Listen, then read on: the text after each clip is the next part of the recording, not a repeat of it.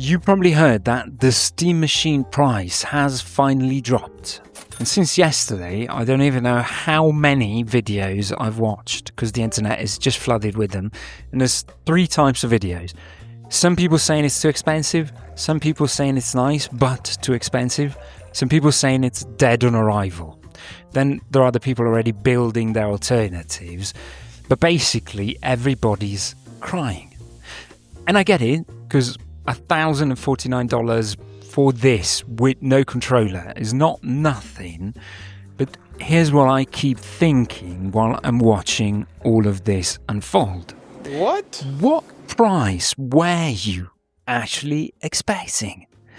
And I don't want to defend them, I couldn't care less about them, but Valve spent months telling us this would not be subsidized. They told us it would be priced like a PC. We knew that the memory prices are exploding due to this freaking AI boom. We knew supply chains were a mess. There were rumors for months that this thing would land at around $1,000. Now it landed at $1,000, $1,049 with no controller, and everybody's shocked. But I understand why. It's probably because of the Steam Deck that spoiled us. For years, we got used to Valve doing something almost impossible, a portable PC gaming device that felt genuinely affordable. And I think people started believing that was just how Valve works, that they do magic. They don't do magic. Nobody does magic, not even games. Now, could you build a PC for similar money? Of course, sure, probably. I could also renovate my own kitchen if I really wanted to, but I don't want to because I've got a job, wife, baby, gaming channel, and I never built a PC in my life, not because I can't, because I don't want to, because I don't have the time, because if something goes wrong at 2 a.m, I want a warranty and a support line, not a Reddit thread, and because I have 0 skills for these kind of things. And I don't think I'm alone in that, because what the Steam Machine actually sells isn't specs on a spreadsheet, it's convenience. It's one box. Quite a pretty one, apparently, judging by the reviews. You get a warranty, one ecosystem, one experience, you plug it in, you open your Steam library, and you play, that's it. And we've seen how dedicated Valve has been with the Steam Deck, the support, the updates, the iFixit partnership, the repairability, and I guess this is going to be the same.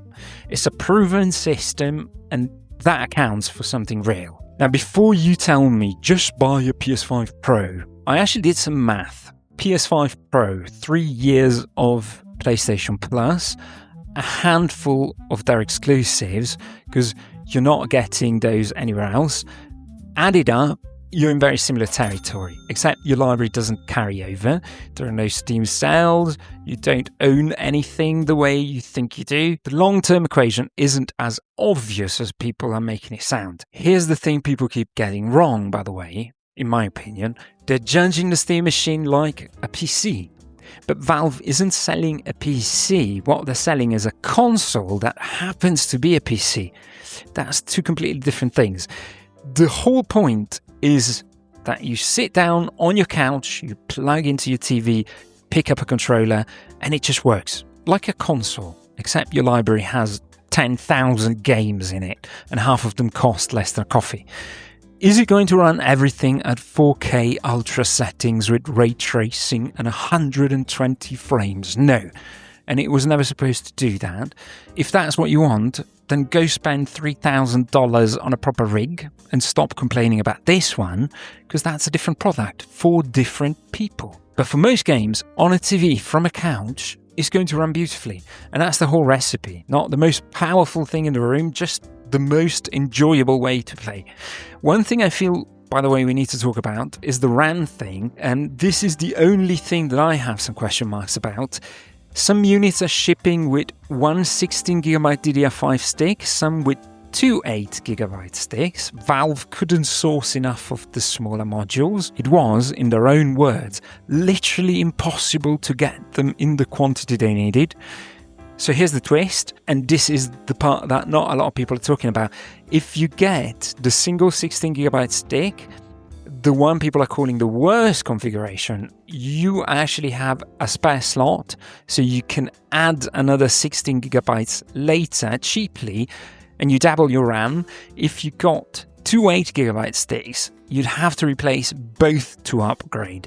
So basically, like, the so-called worst unit might actually be the better one. But look, underneath all of this, underneath every angry comment and every dead on arrival video, I think there is something bigger going on.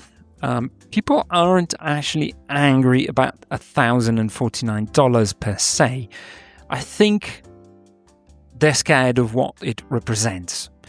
$80 games, subscriptions for everything, digital libraries that we don't fully own, that's annoying, hardware that keeps getting more expensive, a future where gaming feels less and less accessible. And that is a real and a very valid conversation to have, but directing that anger at Valve, the one company that actually still lets you own your games, that still runs the biggest sale in the industry, that still builds decent hardware and supports it for years, I guess isn't the right target. And again, I could not care less about defending them. But here's my last thought, and then I'm gone. Maybe, just maybe, when something costs more, we value it differently. That's a fact. Most of us have 500 games in our Steam library. I'm exaggerating, let's say 100. That we never touched, backlogs that we never finished, games we bought for a couple of euros and we never opened. Maybe a machine that costs a little more makes us more intentional, more conscious. We actually play what we buy, and maybe we're going to finish something. Maybe that's just bullshit and not a justification for the price, but it might be an interesting side effect. We're going to see. I'm pretty sure that the Steam Machine is going to sell out, for sure, probably immediately. Drama's going to fade. Videos will stop. Other videos are going to come. And in 2 years, I'm willing to bet that people are going to call this the best thing Valve ever made. Because they always do. By the way, I ran a little poll yesterday, and 41% of you want to buy the 2TB version with the controller, followed by 33% who want to buy the 512 version with the controller. So there you go. See you in the next one.